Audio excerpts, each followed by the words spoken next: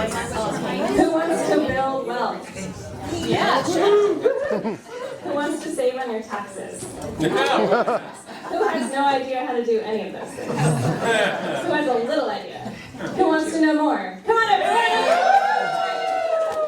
All right, so the panel today, they are all WPBA partners and or executive chairman, and they are all either CPAs, financial advisors, wealth managers for a long time, and they all have really smart things to say, so we brought them together today for you. First up, we have Mr. Alvin Hagerich, CPA. He is in the Tuesday morning group, and he has a lot to cover today, so I'll let him get started. Everyone welcome Alvin. Good morning. I'm here to talk about the three basic IRAs. There's a traditional IRA, a Roth IRA, and the SEP IRA. The traditional IRA, most people are familiar with. That's where you get a tax deduction if you put it in. If you're under 50, you're allowed $7,000, $8,000 if you're over 50. And the earnings grow tax deferred over the years. And when you take it out, you have to pay tax on it. The Roth IRA, you don't get a deduction for when you put the money in, but after 5 years and you're 59 and a half, you can withdraw the money tax-free. Both of these you have until April 15th to set up for 2024 for a deduction. The SEP IRA, which is geared to self-employed and small businesses, you can put 25% of your compensation or $69,000, whichever's higher. And that one, depending on when you file, if you're a corporation, you have till September 15th to do that. If you're an individual, you have to October 15th.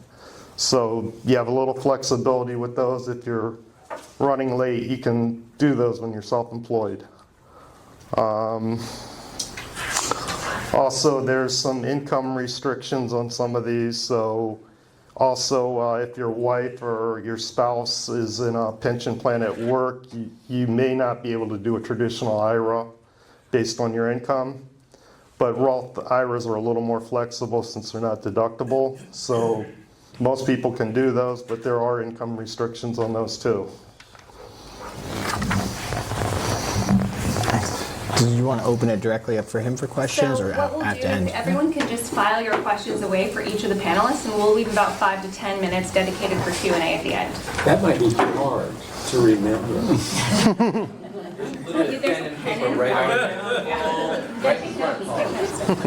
Well, perfect. Oh, yeah.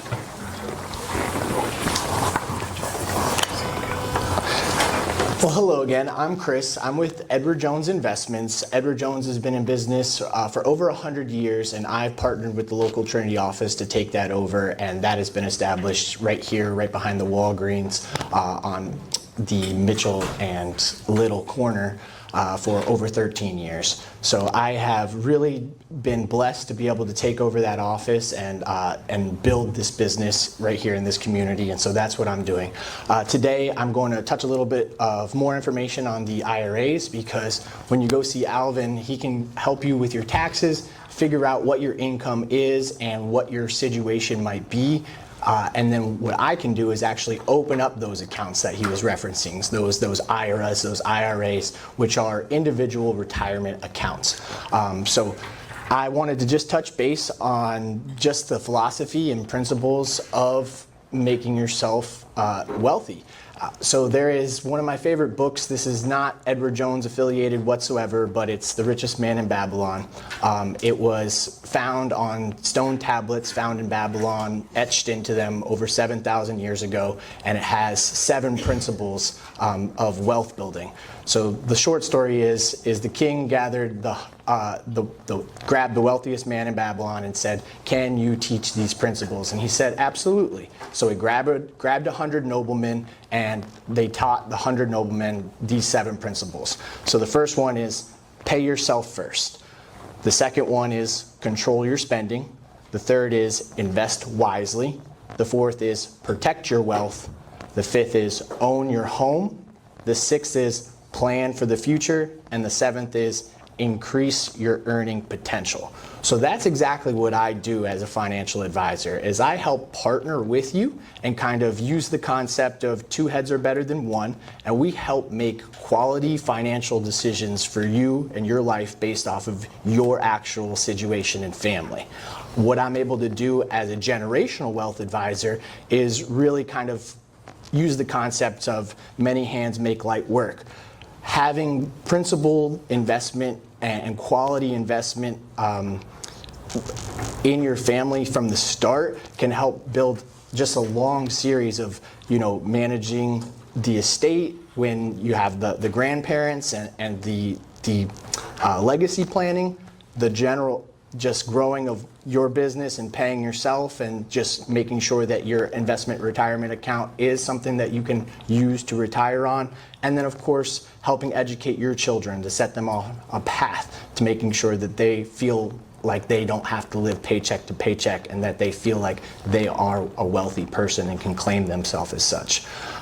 So I have a little handout that goes over some in more details, the 7 principles. So if you'd like to take a look at that, this is again a fantastic book. I actually highly recommend the audio book. The very first principle is that you pay yourself. There's a concept that I use in my practice, which is basically you need to be paying yourself what you're worth, and taking advantage of the concept of dollar cost averaging. So just one kind of philosophy behind that to get started: when you're young, it can be as little as $50 a month put in your IRA. Eventually you want to get to the point where you're paying yourself that 10%, and that's that principle of being that next level of feeling wealthy. So I tend to tell people that it doesn't matter where you're at. We can get started with $50 a month, $100 a month, bump it up after a couple of years to $250, and then get to the point where you can eventually, if you make $4,000 a month, you pay yourself $400, and you allow that to invest and grow. And when you do quality investments, your investments compound over time in a way that would absolutely blow your mind, and I'm sure a lot of you have experienced that within your own IRAs. I did also put a rate sheet out. I have some extra rate sheets if you didn't get your hands on one. I basically have a few different ways that I can help you with money. The first one is saving and paying yourself, and we have diversified quality investments to do that within. So we have what we would consider equities, which are the stocks and the mutual funds and a little bit of a higher risk. And then we have some very what we call fixed income safe money investments. So you want to have a portfolio that's diversified based off of you and your actual situation. But just for example, CD rates right now, 3-month is at 4.35, and 5 years is even at 4.3. So the yield curve right now is very flat on these CDs because the Fed has slowed down the rate cut. So CDs are probably still going to be pretty fantastic this year. CDs on average 10 years are only going to get you about 3%. So right now they're significantly over what their average is, and definitely take advantage of the environment that we're in. And I think I'll leave it at that for now. Can you sign? Great job. Good morning, everyone. Again, Barry Horvath Financial Group. First, I want to say I'm honored to be up here with the two of you and hear your perspectives. We have some just amazing partners in WPBA, don't we? Amen. So it's a wealth of resources. It's so funny. I was sitting here talking to Chris, and we both have compliance departments, and just for us to talk today, we have to literally get it reviewed and make sure what we're saying and handing out is okay and suitable. So just so you know, we are highly regulated. And we were just talking about it, and then he pulled out his folder, he goes, and I saw one of the funds, and he does have quality investments. Because I said, when I was 19 years old, I used to put $50 a month into that fund, and it's grown quite a bit over the years. So kudos to what you're saying on that. My approach is probably a little different than most, because my background is also in obviously the real estate sector. Loved what Alvin said about the IRAs. A lot of people forget, they file their taxes with their tax professional, and they're like, how do I save for last year. What can I do for last year? Because I didn't do anything last year. And those IRA contributions, literally most CPAs, like Alvin, will just say, well, you want to put $8,000 in? Let's see how much that impacts your taxes. And literally for some of you who are higher earners, it could make, like, why do you want to pay the IRS? Why not pay yourself? And that's the way to look at it. But have them put the number in and see if it makes sense. And for some, the Roth IRA makes, a lot more sense because it is tax-free and it can also be used as an emergency fund. I don't like to tell people that, but you can literally put money in a Roth IRA and withdraw principal at any time, no age restrictions. Does everybody know that? So you could use it to buy a house, which Chris mentioned, real estate is something you want to own. And I'm sitting here looking at Vanessa, she's like, yeah. I wonder why. Yeah, I wonder why. All the realtors in the group here. So talking about the IRAs. The other big thing I like to talk about is homestead. A lot of people forget to file it, and you can say, well, how much does it impact my taxes? Probably it's significant. And now there's new exemptions on homestead. Does everybody know that people age 65 and older now can file a special homestead additional exemption? Are you aware of that, Paul? When you're 65, you should go check into that. There are legal limitations. 58. So. Yeah, so also the other one people miss so much on homes is portability. If you don't know what portability is on your taxes for your home, it means simply you're selling your home in Newport Richey and you want to move to Spring Hill. I don't know why anybody would want to do that. Sorry, Katie. But anywhere in the state of Florida, you had a tax savings because every year your homestead is capped, which means your taxes can only go up by like 3% on your primary residence. That savings, because the values of homes, everybody knows, keeps going up every year. That savings can be taken with you into the next home. Is everybody aware of that? You must file for that. If you do not, I'm looking at Carol, she's like, I tell every one of my clients this. So, but if you don't file for it, you don't get it. So look into the senior, look into the portability, make sure you file for it, and get your homestead. The other thing is when you sell an investment property, that can be a huge tax obligation. If you don't look into a 1031 exchange, which means you're buying another property, you can actually defer those taxes on the gains on that home. Why do you want to pay the IRS that money when you're going to reinvest it anyway? So keep that in mind. The other thing I wanted to point out is charitable contributions. Hint, hint. So again, when you file your taxes, if you, and WPBA is a wonderful organization, I might be a little biased, but if you make a donation to a charity, that can be a write-off for you. So look into that, don't miss those. Okay, even donating clothes and so forth. Make sure you get a receipt because those can be deductions for you. And then another one I wanted to cover is that we all forget. Everybody worries about how much it's going to cost. And Ellen, this is a shout out to you and everybody in your profession. But does everybody know you can write off your tax preparation when you're self-employed? Does everybody know that? Like, why don't you want to pay a professional that can maybe do it properly? And you all know, I have 7 companies, okay? I know I'm crazy. And I used to literally think I was so smarter than everybody else and I would do my own taxes. Have y'all met me? That's the most insane thing ever. Hire a professional to do it. That's just, they're worth their weight in gold, and it's a tax write-off, so. Okay, I think that's all I have, and your contribution limits are on the sheet right here for IRAs for last year. Consider a Roth or a traditional if you need the tax break. Yes, Candy? Also disabled veterans get. That's 100% correct. Disabled veterans also can get a tax break on their property taxes, okay? I have an IRA thing. And just to give a real world example of what we can do to help you make a good decision with your IRA and avoiding paying extra taxes. For example, in 2025, as an individual, the 12% tax bracket ends at $48,500, and the married filing jointly ends at $97,000 basically. So let's say you and your significant other made $120,000 in combined income. Well, if you guys each put $7,000 or $8,000 depending on your age inside of your traditional IRA, you wouldn't break into that next 22% tax bracket for $14,000 of that over $97,000. So that's where you're going to be saving a minimum of at least 10%, because you may eventually pay taxes on it when you withdraw it out of your IRA, but typically it's going to be not at 22%. So that's like a real world example of that.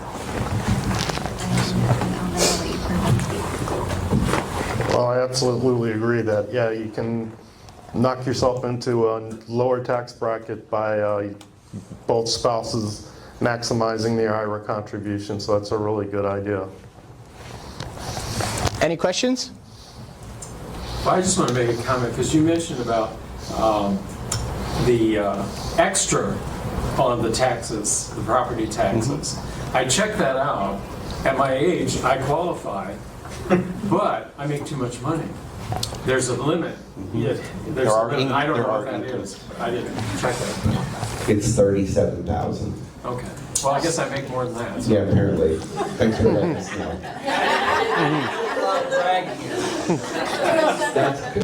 And this is new, so look for it to change, so you got to keep up with that stuff. I promise you, Mike Wells' office is not going to call you and say, hey, Paul, guess what? You need to come in and file for this.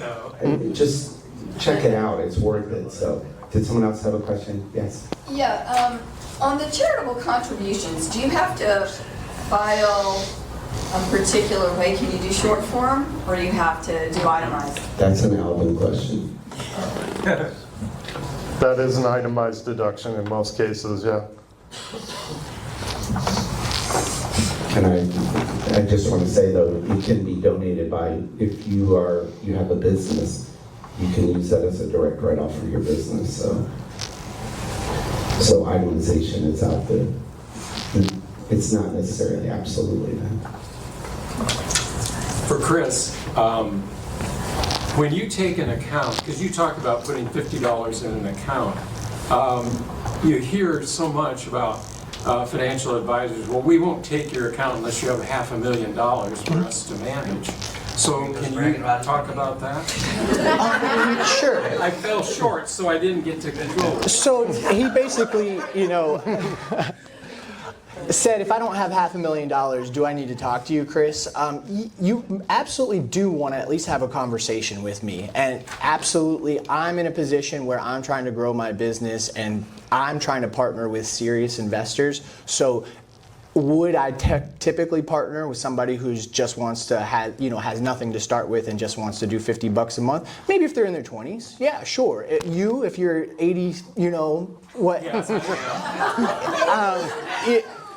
I'm not going to take that as you being a serious investor. I'm going to take that as you trying to help me out. I'm running a wonderful business, and I don't need to do that. What I want to do is actually get partnered with serious investors who are looking at a long-term future in building wealth. And I would say, if you are looking to get started with just $50 a month, I would absolutely be open to almost anybody in this room for that besides Paul.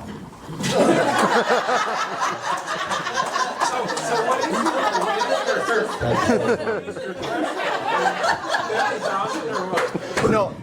I don't think that was not reviewed by compliance. I just want to, true story, when I first got into business back in 1998, I've been in this 27 years. So in our industry, and Chris knows this, like someone else has to sign off on our business. It's an OSJ to make sure it's suitable what we're doing for our clients. Suitability, yeah. Suitability. My old OSJ, I used to take on people with the $50 a month, and it's a lot of work. It's a lot of paperwork. And he would say, Barry, what are you doing? You made 32 cents on this trade. And I'd say, yeah, but it was good for the client. It was what was right. It was what was good for them. And he only did the high net worth clients. He had like, I don't know, 15 clients that were worth $1 gazillion, so he didn't need the small ones.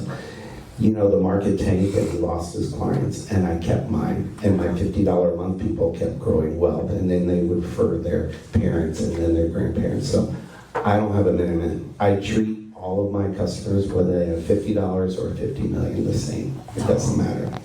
But if you're doing what you're supposed to be doing, you're educating them, and then they're going to invest more. Well, sure. And I think that was Chris's point too, other than for Paul. Did someone else- I don't need did someone money. else have a question?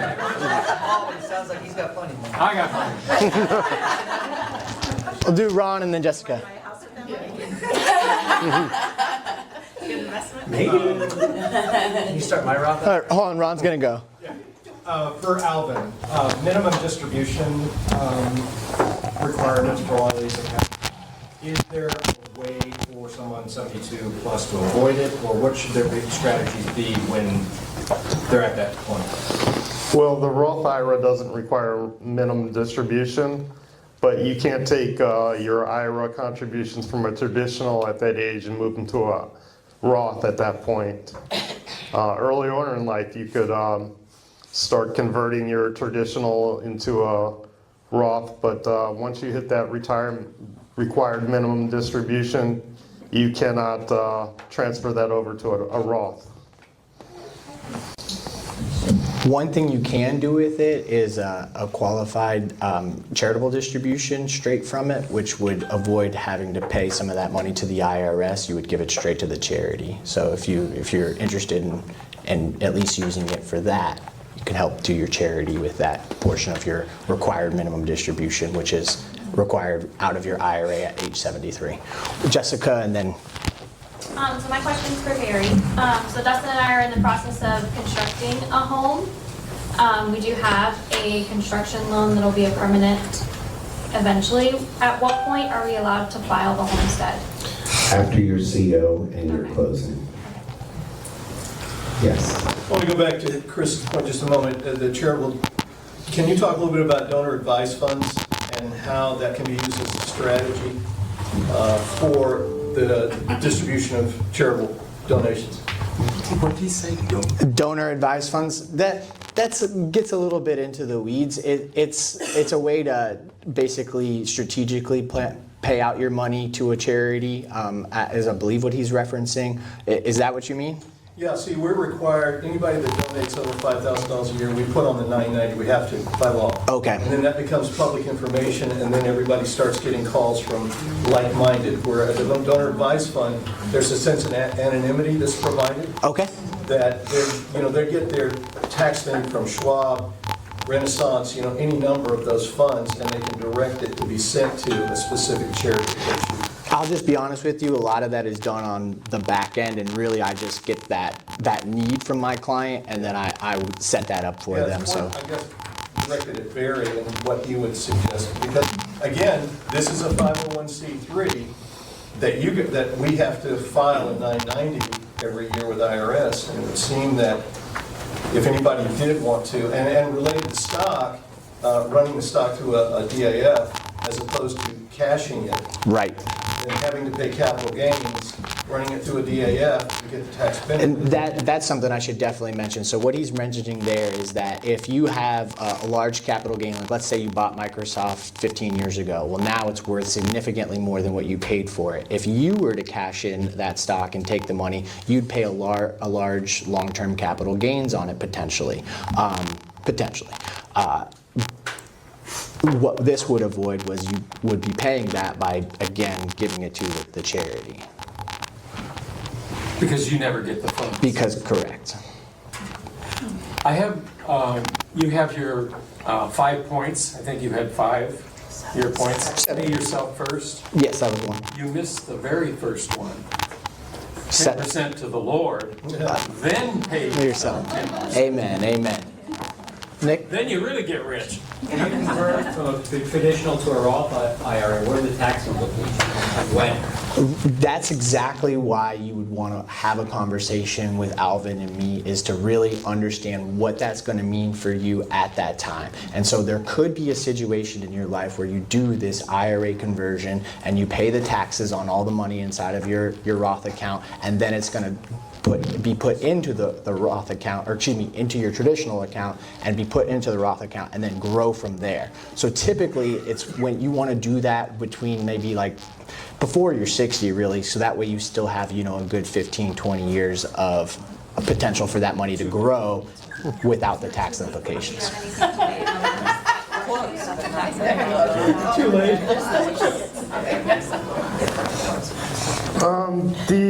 The tax implication is basically it does get added in with everything else. So if you're converting your traditional in a year you made a lot of money at work, you're going to end up paying a lot higher taxes. So you want to balance it so you don't get a big surprise by converting it, because that has happened with some people. They went ahead and converted and didn't realize they made a lot of money elsewhere and end up paying a big chunk of that IRA in taxes. So you just want to be careful with that, and maybe one year when you're not doing a great year, you might want to do it then to minimize the tax. So you want to look where you're at before you do it, just to minimize the taxes, because you don't want to do it in a really good year and then end up paying 30% of your IRA out in taxes.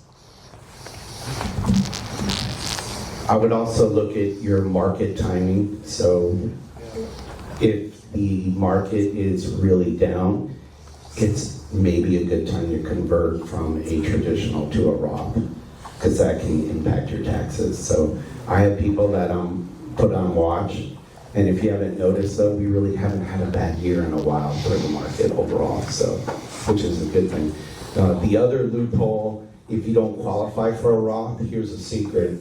You guys, this is secret sauce right here. You can contribute to a traditional IRA, typically, and if you don't qualify for a Roth, you can take that traditional and convert it to a Roth. Everybody hear that? So if you make too much money and you want to get money in a Roth, because I have a lot of high net worth clients, they would love to have the tax-free advantage of a Roth, but they don't qualify because they make too much money. When you're saying traditional, do you mean qualified plan? Like the qualified plan, Yeah, sure, okay. and you can convert it. A traditional IRA, like Alvin and Chris were both saying, is pre-tax, okay? Which some of you looked up and go, they're talking about RMDs, what is all this stuff? Yeah. Like blah, blah, blah, blah, blah, blah. Why am I here today? Qualified plan, I like to keep things simple, can you tell? Qualified plans require distributions currently, like Chris said, at age 73. If you don't like the tax law, just wait a minute. It'll change. It'll change.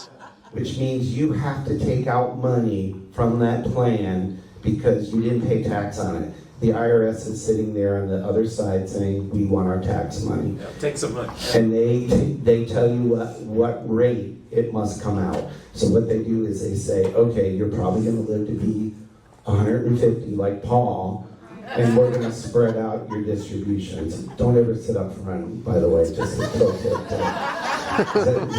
Does that make sense to everybody? Ron, you have? Real quick question. Has any of the three of you heard of Profit First book?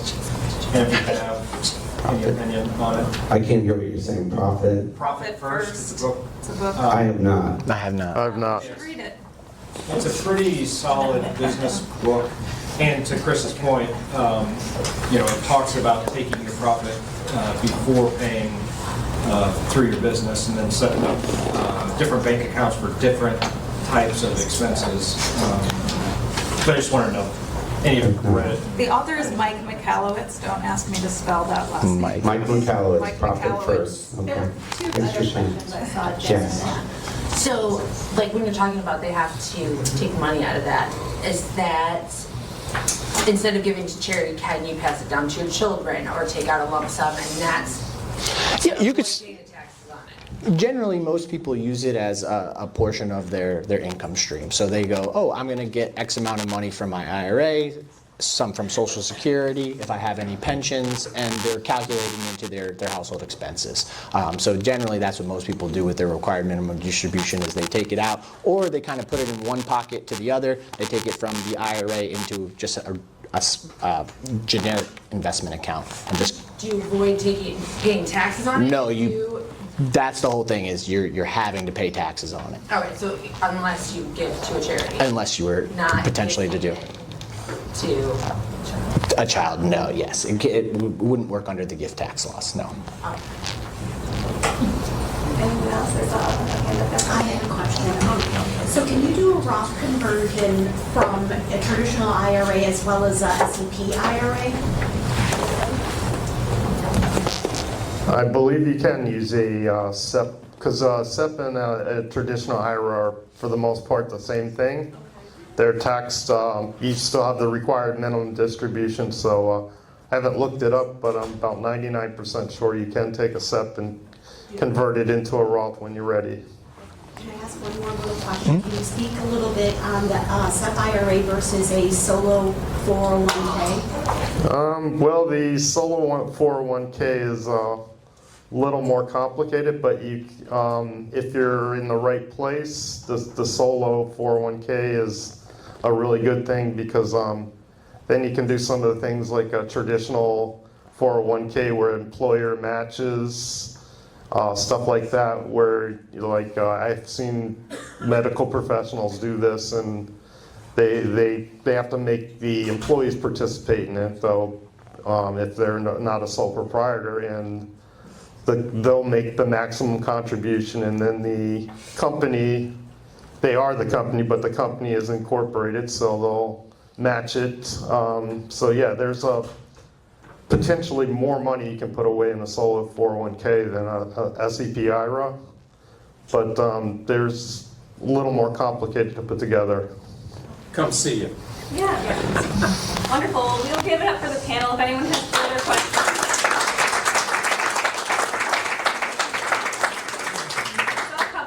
Cards. I'll also send out all of the panelists' information in the post-event email, so please read your emails. We are going to do a drawing. Did you have anything else? I'm sorry, I feel like I cut you. No, you're fine. I just have one more ask. If you want to talk to me after the event, I'm holding a seminar at Cantina Vallejo, or obviously I'm mispronouncing that. But that's on March 10th, so please come out and see me. I'm doing a little dinner and presentation, and it's absolutely free, and it just gives you some information on the market. And where is that? And that's right down the street in that never yet finished plaza. Come talk to me about it. I'll give you all the information, please. I'd love to get you registered and signed up. I'm trying to make sure that I have enough to bring my partner in.